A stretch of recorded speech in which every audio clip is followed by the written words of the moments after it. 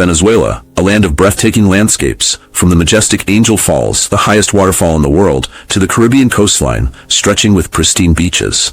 A country rich in oil, culture, and history. Yet, beneath its natural beauty lies a harsh reality that many outsiders can barely comprehend. For years, Venezuela has been making headlines for its economic collapse, political turmoil, and humanitarian crisis. But what is life really like for the millions of people still living there?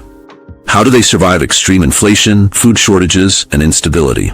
And why, despite everything, do so many Venezuelans still hold on to hope? Stay with me as we take a deep dive into the real Venezuela, not just the one you see in the news, but the one experienced by its people every day. You've heard about Venezuela's crisis in the news, but what if I told you the real story is even more shocking? From a country once known for its wealth, to people now surviving on just a few dollars a month, what went wrong? And more importantly, how are people still finding ways to live, love, and laugh in the middle of it all? Let's dive in. Venezuela was once one of South America's wealthiest nations, thanks to its vast oil reserves. But today, the country faces one of the worst economic collapses in modern history. Inflation has skyrocketed beyond 1,000%, making basic necessities unaffordable for the average citizen. Imagine waking up to find that your savings are worthless overnight, that a loaf of bread costs a month's wages, or that a doctor's salary can barely buy a gallon of milk. The situation is so dire that many Venezuelans have turned to bartering, trading rice for flour, soap for eggs. The local currency, the bolivar, has lost nearly all of its value, and many people rely on US dollars or even cryptocurrency just to get by. But despite this economic collapse, life goes on. People still find ways to work, shop, and feed their families. Street vendors, black markets, and underground economies have flourished, helping people survive in a country where the government can no longer provide for them. But how did Venezuela fall so far, so fast? And more importantly, can it ever recover? Stick around, because the answer might surprise you.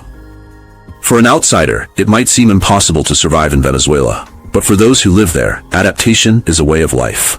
Food and water shortages.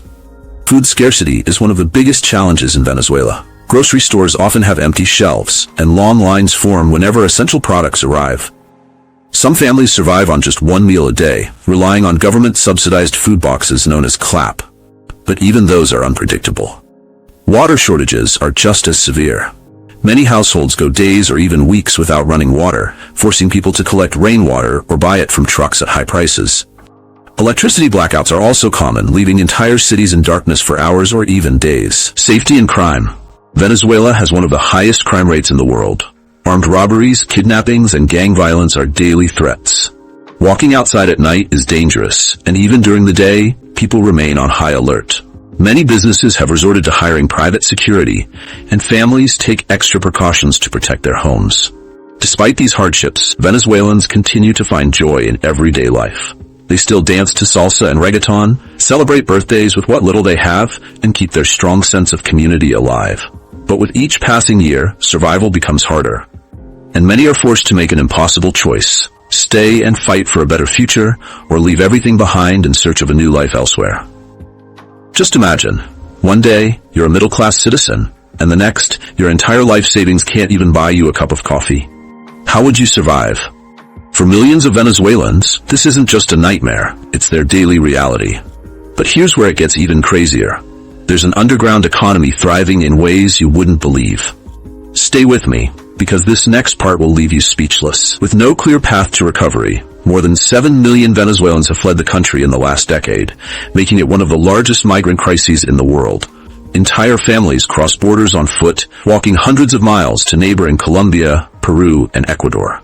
Others attempt dangerous sea journeys to reach Caribbean islands like Trinidad and Tobago. Why are people leaving? The reasons are simple: hunger, lack of medicine, and no opportunities. Parents leave to find jobs in other countries so they can send money back home. Young professionals flee because there are no careers left for them. Even doctors and engineers are working as waiters and cleaners abroad just to survive. But leaving Venezuela is not easy. Many migrants face xenophobia, exploitation, and even human trafficking. Others risk their lives crossing dangerous terrain, with little more than a backpack and hope for a better life. And yet, despite all of this, there are still millions who choose to stay.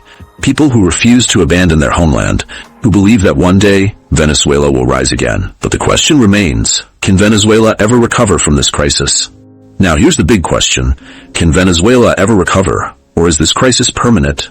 Some believe there's still hope, while others say the country is beyond saving. What do you think? Drop your thoughts in the comments. I want to hear from you.